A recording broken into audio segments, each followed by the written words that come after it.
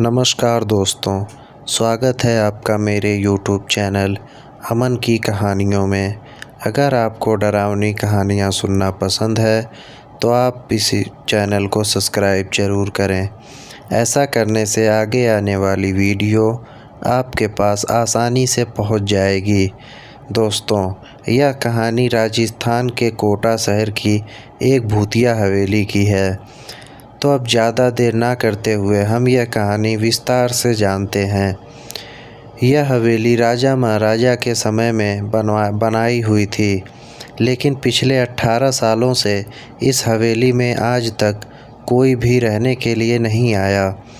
इच्छा होने पर भी इस हवेली में कोई भी नहीं रह पाता था, क्योंकि लोगों का कहना था कि इस हवेली में भूत प्रेत का साया है। जब अजीत सिंह को इस हवेली के बारे में पता चला तो उसने तय किया कि वो इस रहस्य को जानकर ही रहेगा, क्यों लोग इस हवेली में नहीं रह पा रहे हैं।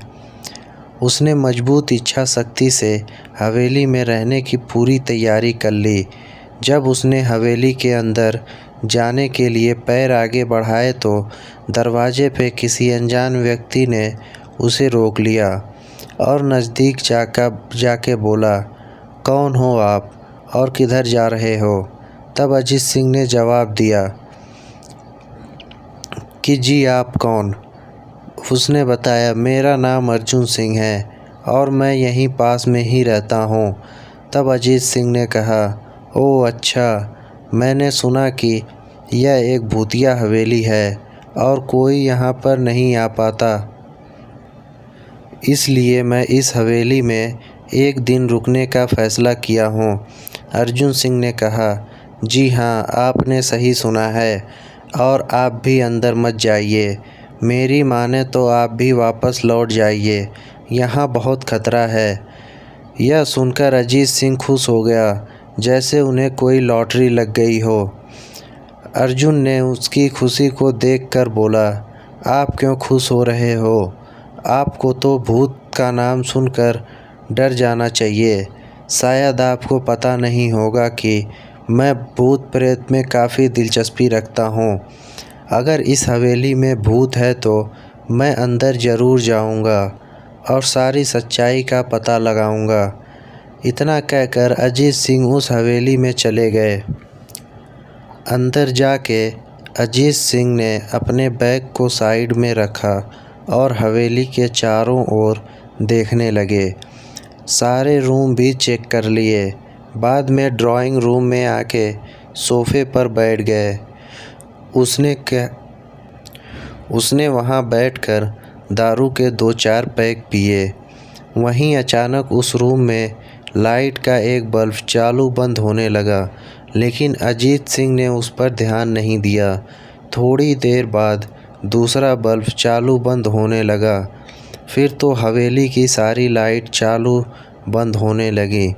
यह सब देखकर अजीत सिंह अपनी जगह पे खड़े हो गए और संपूर्ण सचेत हो गए।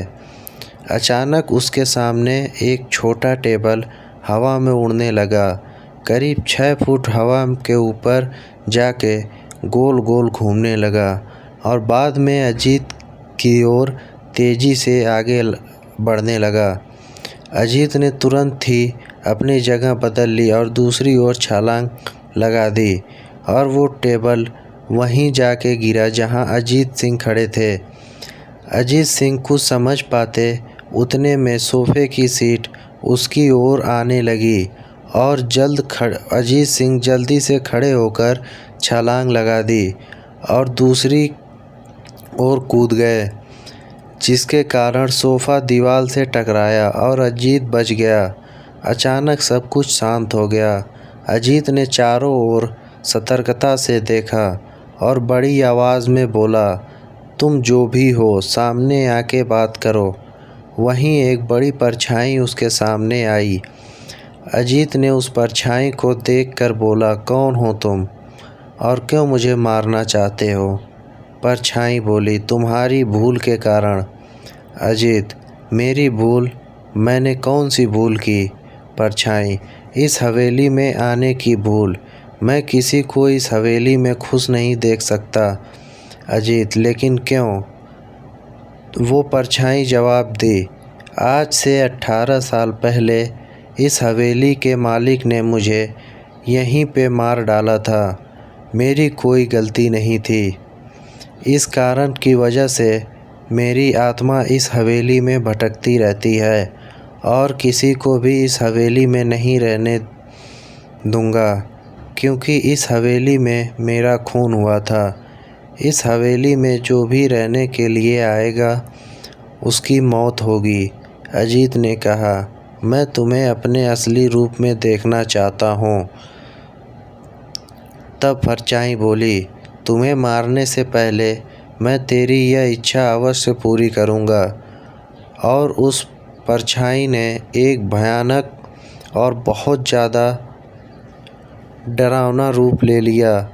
उसका चेहरा इतना भयानक था कि अजीत भी एक क्षण के लिए डर गया, लेकिन दूसरी ही क्षण में उसने अपने आप पर काबू पा लिया।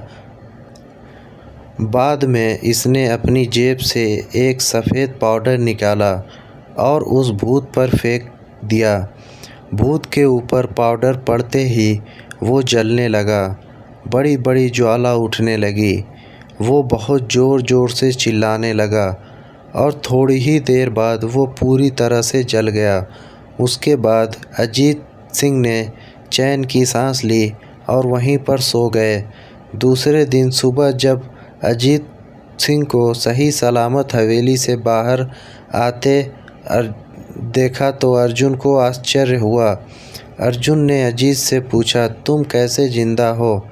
जब अजीत ने अर्जुन को कल रात की घटना को पूरी तरह से विस्तार में बताया और बोला, अब यह हवेली भूतिया नहीं है, तब अर्जुन ने भी चैन की सांस ली और दोनों खुश हो गए। दोस्तों, इस कहानी में बस इतना ही। ये कहानी आपको कैसी लगी कमेंट बॉक्स में अपनी राय ज़रूर दें। हम फिर मिलेंगे किसी नई कहानी के साथ। तब तक आप अपना और अपने परिवार वालों का ध्यान रखें। धन्यवाद।